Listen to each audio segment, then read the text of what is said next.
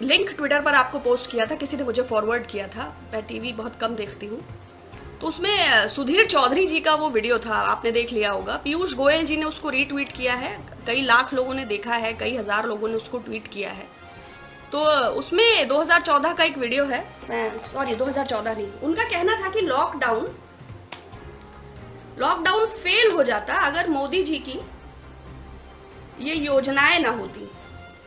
2014 के पहले social distancing का पालन नहीं हो पाता। इस समय जो हम पालन कर पा रहे हैं उसमें शौचालयों का बहुत बड़ा योगदान है।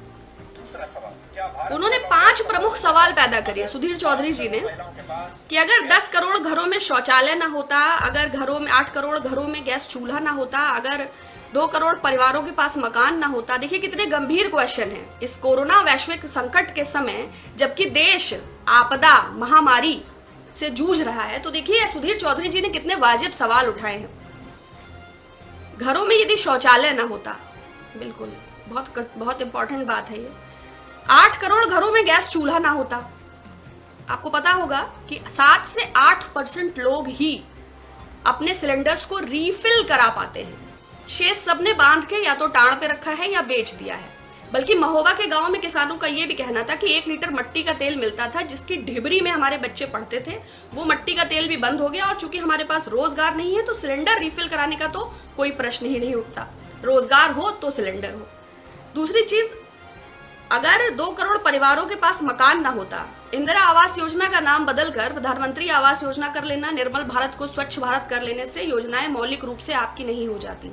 Stop this cut, copy and paste and it won't suits you as well. अगर 18,000 गांवों में बिजली ना होती, यह भी बड़ा कठिन प्रश्न है। 6,28,221 गांव हैं भारत में, उसमें से 18,000 गांवों में मोदी जी ने बिजली पहुंचाई और सुधीर चौधरी जी आप तक पहुंचा रहे हैं।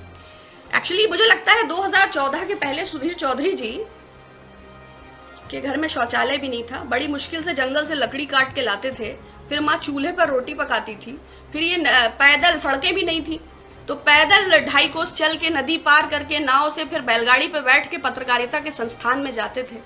फिर वहां पे बंक किया या क्या किया कि पत्रकारिता का कोर्स तो पूरा हो गया, किंतु मानवता और नैतिकता वहीं पर छूट गई। तो जो डेटा दिया है इन्होंने, बैंक का भी दिया है। जनधन खाते कुल कितने खुले हैं?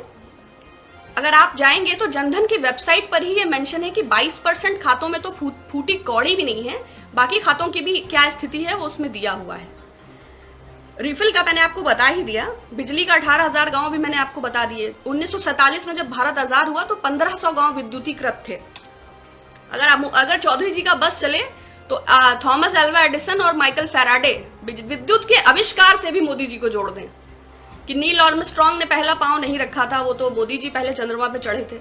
अगर चौधरी जी का बस चले तो वास्को डिगामा ने समुद्री मार्ग की खोज नहीं की थी, वो भी मोदी जी ने ही की थी। तो 2014 के पहले कोई बुनियादी सुविधाएं नहीं थी। तो 23 करोड़ लोगों के बैंक खाते भी मैंने आपको बता दिया। बैंकें कैसे बनी थी वैसे चौधरी जी? बैंकें नहीं होती तो क्या शौचालय में पैसा जमा करवाते? एक आरटीआई के मुताबिक 2014 से अब तक 26 सरकारी बैंकों की 90 शाखाएं बंद हो गई हैं। और बैंकिंग व्यवस्था पे ज्यादा बात करेंगे तो समय बीतता चला जाएगा, क्योंकि सबसे ज्यादा दुर्गति अगर कोई है तो बैंक कर्मियों की। देश सेवा के नाम पे नोटबंदी के समय उनके जो हालात हुए, और आज 17,500 रुपए में वो देश के दुनिया के देश भर के हिस्सों में किस तरह अपनी नौकरी कर रहे हैं, ये तो बस बैंक कर्मी ही जानते हैं। तो बैंकों की तो बात मत करिए।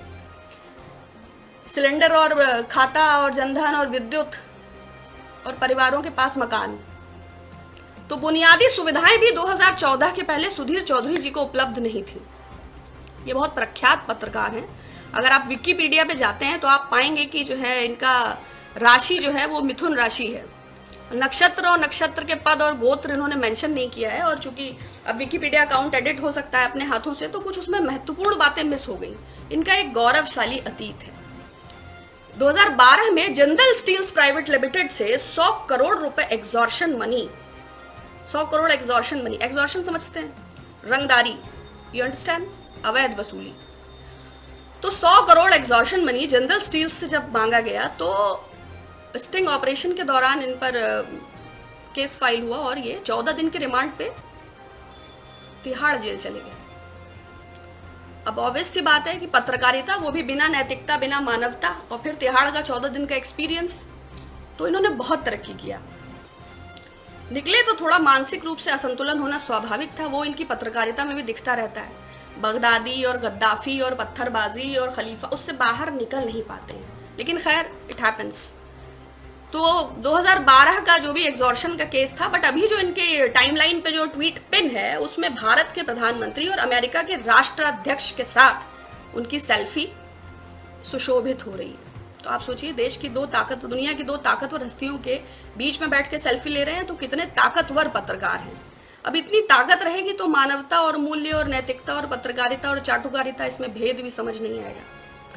तो इनके 2014 की बुनियादी हम लोग जो बातें कर रहे थे, 2005 से 2014 के बीच, देखिए अगर हम 1947 से जोड़ेंगे ना, तो हम हर अगले दिन सबल हुए हैं। ये बात अलग है कि शायद विज्ञापन उतना नहीं हुआ है, लोगों तक चीजों को पहुंचाने के लिए बहुत प्रयास किया गया है।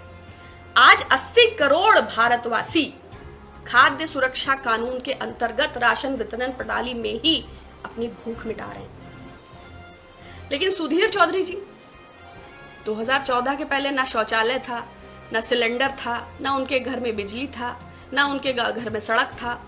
तो वो किस प्रकार, मैंने बताया ना, वो जंगल से लकड़ी काट के लाते थे, फिर माँ भोजन बनाती थी, फिर वो पैदल 6 कोस जाते थे, फिर नाव पे बैठते थे, फिर पत्रकारिता के संस्थान जाते थे, फिर बैलगाड़ी से लौट के आते थे।